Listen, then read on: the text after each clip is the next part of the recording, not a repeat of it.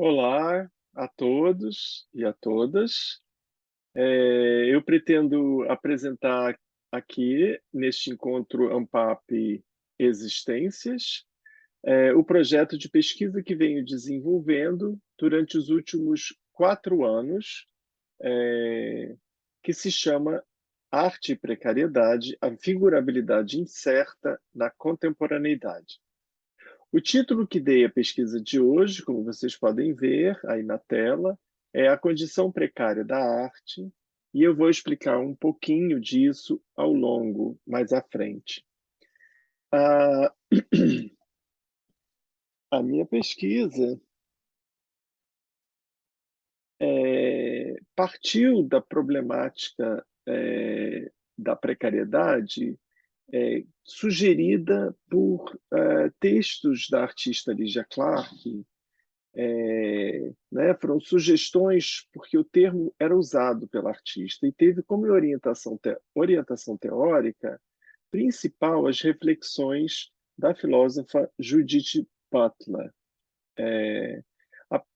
O início da pesquisa se deu quando eu me deparei com enunciados da artista mineira que utilizou esse termo em vários de seus artigos, seus escritos, né? Um deles se referia a essa obra que está na tela, O Dentro e o Fora, e ela disse o seguinte: em seu diálogo com minha obra, O Dentro e o Fora, o sujeito atuante reencontra sua própria precariedade. Essa frase não dá para entender muito o que ela queria dizer com o sujeito reencontra sua própria precariedade. Então, eu fui olhando outros textos e descobri que no catálogo Opinião 66, ou seja, 3 anos depois, ela dá algumas pistas a mais do sentido que ela queria dar ao problema. Então, ela diz: proponho a comunicação do ato na imanência e do precário como novo conceito de existência contra toda cristalização do fixo e a duração da transcendência. Aqui ela já sugere mais coisas, ela está tratando do ato, né? Ela está começando a pensar a questão do ato, ela estava fazendo trabalhos como caminhando, então ela já estava pensando aí o ato, a imanência, a presença e o precário como novo conceito de existência. Então tinha corpo aí também. É, então, eu busquei compreender, na verdade, o trabalho da Lydia Clark sob essa perspectiva da experiência da precariedade como novo conceito de existência. E isso, para mim, era uma figura fundamental na trajetória toda da artista a partir dos anos 60.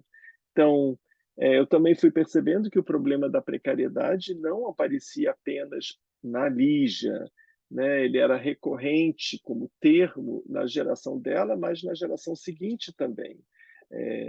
Foram os artistas dessas gerações passavam a falar também usar a expressão materiais precários, referindo-se aos materiais do cotidiano que eles, sob a perspectiva da apropriação, incorporavam à obra. Então, a investigação buscou rever aí os anos 60 para pensar isso que eu chamei de a condição precária da arte. Então, eu vou falar um pouquinho das atividades da pesquisa e aos poucos eu vou explicando o que isso significa. A primeira atividade foi um colóquio que eu organizei com parceria do Arquivo Nacional, se chamou Vidas Precárias, a experiência da arte na esfera pública. Eu convidei 20 pessoas, 20 intelectuais, entre os quais 8 artistas, que continuariam a pesquisa após o evento. As apresentações desse evento foram publicadas nesse livro, que vocês veem na tela, e recebe o título do colóquio. Ele pode ser baixado na página do Arquivo Nacional, mas também na página da pesquisa, que eu vou mostrar já já. A segunda atividade da pesquisa foi a realização de um programa de conversas em vídeo com os 8 artistas que estavam já no colóquio, e a gente falava dos trabalhos e da obra, da trajetória deles, Fizemos um canal no YouTube que se chamou Arte e Precariedade, e também essas conversas todas podem ser encontradas ali. A terceira atividade foi a exposição Espaços do Ainda, né? Essa exposição também foi feita com esses 8 artistas. Ela foi exibida no Paço Imperial do Rio de Janeiro entre abril e junho de 22, e ela irá, em 23, para São Paulo, e será abrigada no Centro Cultural São Paulo, CCSP. Aqui a gente tem 2 imagens das 2 salas, como a expografia foi realizada lá no Paço Imperial do Rio de Janeiro. Eu não posso falar muito das obras particularmente, porque eu não tenho tempo. Então, a última atividade da pesquisa foi a escrita e a publicação do livro de minha autoria, A Condição Precária da Arte, Corpo e Imagem no Século XXI. O livro foi lançado recentemente pela Relicário, e está sendo lançado também aqui no encontro da ANPAP. No livro, busquei pensar isso que chamo de condição precária da arte, né? Pensando as falhas, as perdas, as marcas do processo artístico que criam uma certa incompletude da linguagem, né? Mas também a condição precária da arte se refere no livro, vai aparecendo como dependência da arte em relação ao mundo, em relação ao outro, tanto o espectador como vários outros, né? Outros que são indivíduos, mas que são também a estrutura cultural, a instituição arte, outras instituições, o poder. Então, o outro da arte são, portanto, corpos vivos, mas também corpos das instituições que atuam sobre a arte, integrando-a, regulando-a, mas também diferenciando-a, operando passagens e contatos, né? Por um lado, a condição precária, a condição para que haja arte é a precariedade. Por outro lado, a arte contemporânea, vinculada aos problemas atuais da diferença, figura a precariedade existencial e a vulnerabilidade dos corpos em relação aos poderes culturais instituídos. Essa que é a discussão do livro. Vou apresentar o sumário rapidamente. O livro contém 3 partes. Na primeira, eu apresento o contexto em que o termo aparece, os anos 60, são 2 capítulos, né? Lígia Clark e depois o capítulo de vários outros artistas. Na segunda parte, eu analiso 4 artistas, Anabela Geiger, Rosana Paulino, Leila Danziger e Paulo Nazaré, alguns dos anos 60, outros meio anos 90 e também século XXI.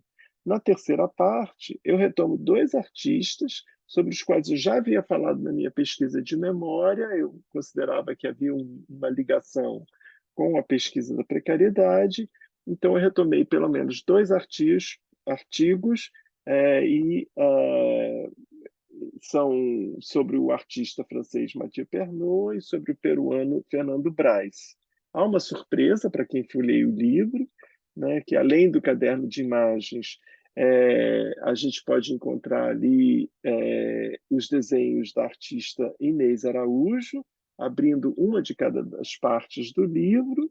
Né, eu convidei a Inês porque eu considerava que os desejos dela podiam concretizar esse problema da precariedade ali, meio em silêncio, sem ser analisado propriamente dito.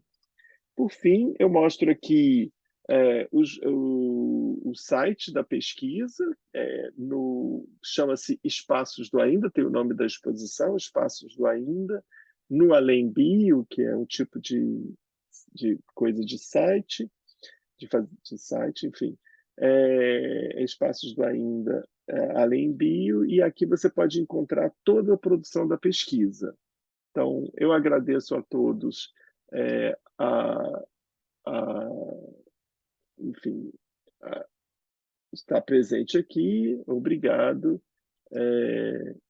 Foi isso aí.